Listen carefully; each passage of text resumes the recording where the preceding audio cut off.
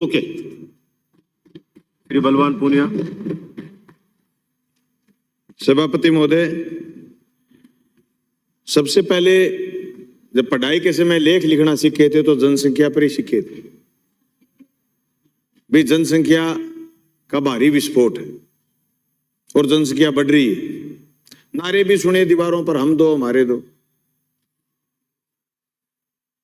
और पालन भी कर रहे हैं।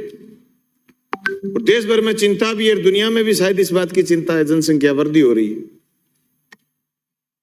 सभापति महोदय, मैं इस बात का तो समर्थन करता हूं कि जनसंख्या पर रोक लगे, पर जिस मंशा के साथ मेरे साथी अविनाश ने ये संकल्प पेश करा, मंशा ठीक नहीं। अब एक विचारधारा के साथी बोलते रहे तक, इन्होंने 5 बार जिक्र करा जाति और धर्म का। जब जनसंख्या की बात आ जाए तो देश के संविधान को ध्यान में रख करके हमें बात करनी चाहिए। मैं मेरे घर की बात करूं तो मेरे दादा 6 भाई थे, 4 बहनें थी। उसमें की परिस्थिति ये थी, आज हम 2 भाई, 2 ही बच्चे, क्योंकि परिस्थिति आज ऐसी है। अगर हम कोई कानून देश के किसी भी नागरिक पर थोपना चाहें तो मैं समझता हूं वो कानून सिरे नहीं चढ़ते। जैसे आपने ही कहा कि आपने 1977 की इमरजेंसी में जनसंख्या नियंत्रण का 20 सूत्री कार्यक्रम में भी एक कार्यक्रम था, आप उसको थोपना चाहे, लोगों ने उसको एक्सेप्ट नहीं करा। और मैं समझता हूं इमरजेंसी को अगर लोगों ने सबसे ज्यादा अगर कोई बिसराया तो इस बात से कि जबरदस्ती आप नसबंदी कर रहे थे। ये बात हमने बुजुर्गों से सुनी। सभापति महोदय, ये सारी बात सही है, लेकिन यह भी हमें देखना पड़ेगा कि अगर एक तरफ आप बात करते हो शास्त्रों की, एक तरफ बात करते हो आप रीति रिवाजों की, एक तरफ बात करते हो आप धार्मिक ग्रंथों की, तो हमने ये भी सुना है कि जिसको चांच मिली है उसको चूगा भी मिलेगा। मैं जिक्र करना चाहूंगा देश और दुनिया के प्रोडक्शन में जनसंख्या की भागीदारी का। जिस चीन की आप बात कर रहे हैं, उस चीन के लोगों ने इतना प्रोडक्शन करा कि हिंदुस्तान का ऐसा कोई मार्केट नहीं बचा जहां चीन का आदमी सामान बेचने और भेजने के लिए नहीं चला गया। दुनिया की सबसे मजबूत अर्थव्यवस्था है अमेरिका की, उस अमेरिका की अर्थव्यवस्था में चीन ने सेंधमारी करी है उस जनसंख्या के बलबूते, जिस जनसंख्या के हाथ में प्रोडक्शन दिया है चीन की गवर्नमेंट ने।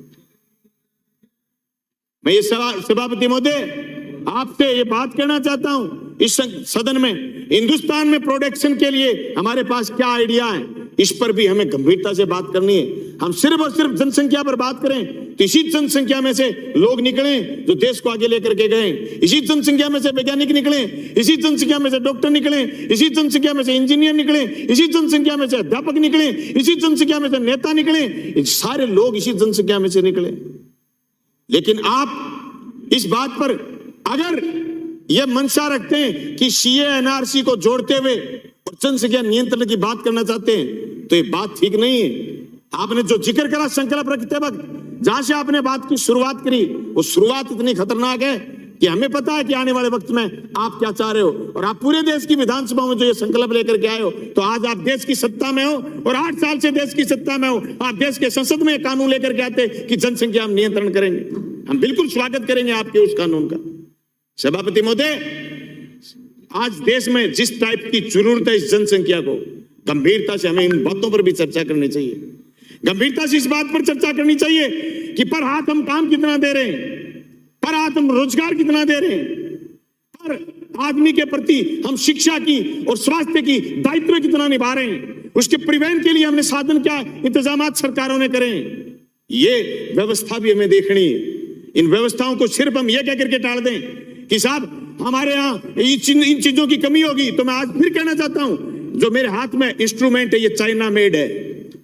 हिंदुस्तान को चाहिए कि हिंदुस्तान में चीजों का निर्माण करे। ये जनसंख्या है जो दुनिया में छा जाएगी।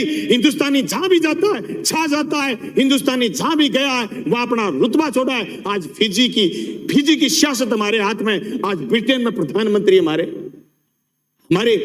लोग इतने पावरफुल, इतने तेज हैं, उनको दुनिया में भेजने की और दुनिया में चीजों के साथ भेजने की, उत्पादन के साथ भेजने की, बाजारों पर कब्जा करने की और करवाने की सरकार कदम उठाए। मैं इस बात का तो समर्थन करता हूं, संकल्प का, कि जनसंख्या पर नियंत्रण हो, लेकिन जिस भावना के साथ संकल्प लाया गया है उस भावना की मैं मुखालफत करता हूं, मैं विरोध करता हूं। भावना ठीक नहीं है मेरे साथी की, मुझे ऐसा महसूस हुआ, इसलिए मैं इस संकल्प के विरुद्ध